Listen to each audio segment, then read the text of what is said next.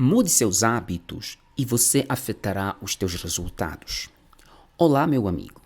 Eu espero que esteja tudo muito bem consigo e com sua família. Quanto a nós, estamos indo bem conforme as forças que Deus nos tem concedido.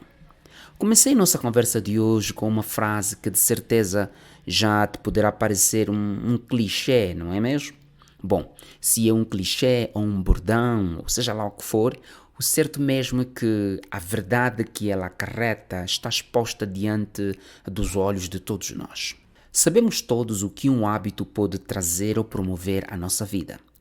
Atualmente estamos desenvolvendo hábitos digitais. O telemóvel se tornou o único pertence que não se pode deixar em casa por esquecimento de forma nenhuma. Agora estamos habituados a sempre querer saber das novidades das redes sociais. O nosso dia começa com uma tela e termina com uma tela. São hábitos. Mas afinal, o que são hábitos? Antes que eu lhe apresente alguma definição sobre o assunto, deixa-me partilhar consigo a vida de um homem na Bíblia que foi salvo por conta de um hábito. Ele tinha o hábito de orar. Veja o que a Bíblia diz no livro de Daniel, capítulo 6, versículo 10.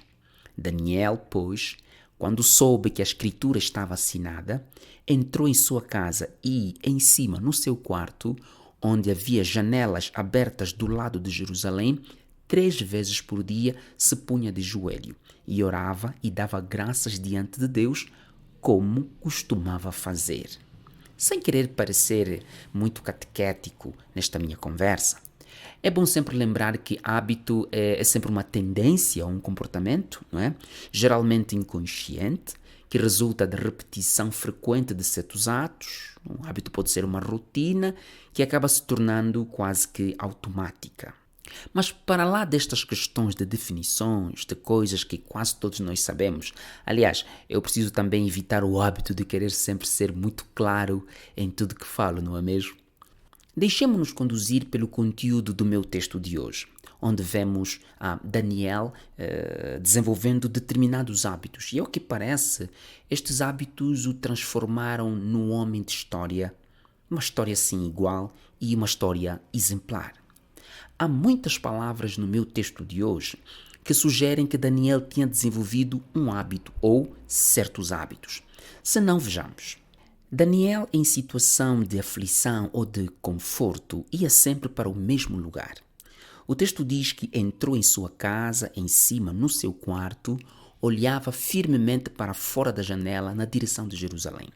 Está claro que Daniel conhecia a oração de Salomão, feita no dia da consagração do templo, registrada no segundo livro das Crônicas de Israel, capítulo 6, versículos 38 a 39, quando Salomão orou assim: na terra de seu cativeiro, para onde forem levados e orarem, voltados para a sua terra, que deixa seus pais, ouve tu desde os céus. Bom, Daniel criara o hábito de orar, olhando para o lado de Jerusalém. E num daqueles dias em que estava sob ameaça, o seu bom hábito o conduziu à vitória. Mas Daniel não se dirigia apenas para o mesmo lugar repetidas vezes. Ele ia para o mesmo lugar no número certo de vezes. O meu texto diz que ele fazia isso 3 vezes ao dia. Aqui está em pauta um costume religioso de um judeu, né, que procurava seguir sua fé e sua tradição religiosa. É curioso que a nossa sociedade moderna parece cada vez mais aversa e contrária a tudo que é herança, tudo que é costume e tudo que é tradição. Nossa sociedade está ávida por remover os marcos antigos. Mas Provérbios 22, 28 diz: não removas os marcos antigos que puseram seus pais. Bom, Daniel não só ia para o mesmo lugar 3 vezes ao dia. Ele também procedia religiosamente da mesma forma. Se punha de joelhos, orava e dava graças. Pôr-se sempre de joelhos é um sinal de submissão ao governo de Deus, dando graças como demonstração de uma extrema comunhão devocional com seu Criador. Finalmente, o maior hábito de Daniel não estava circunscrito em ir para o mesmo lugar 3 vezes ao dia, orar e dar graças. O maior hábito de Daniel era o de se dirigir sempre ao mesmo Deus. Isso mesmo que você ouviu. O meu texto diz que Daniel fazia tudo isso diante do seu Deus, como costumava fazer. Quando o estar diante de Deus se torna o nosso maior hábito, a sua presença se torna nossa companheira a cada etapa do dia. Por que andamos tão apressados, como se iremos terminar com todo o trabalho deste mundo?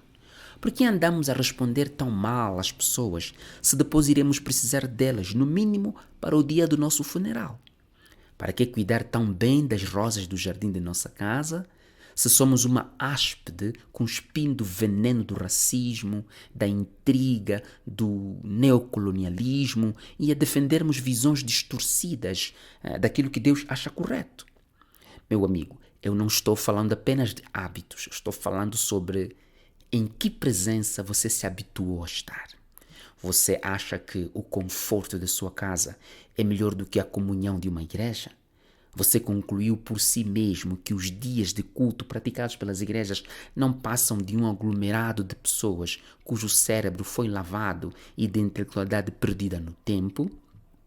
Cuidado com este teu hábito de sempre achar que está sempre certo. Eu nunca vi um homem que fora capaz de morder seu próprio nariz, por mais comprido que seja, e mesmo estando sempre diante dos seus olhos. Orgulho é sempre um convite certo para ficar sozinho. E estar sempre na presença de Deus é um hábito que vale a pena cultivar nesta vida. Pense nisso, viva feliz com Jesus, fique com a bênção de Deus. Até a próxima.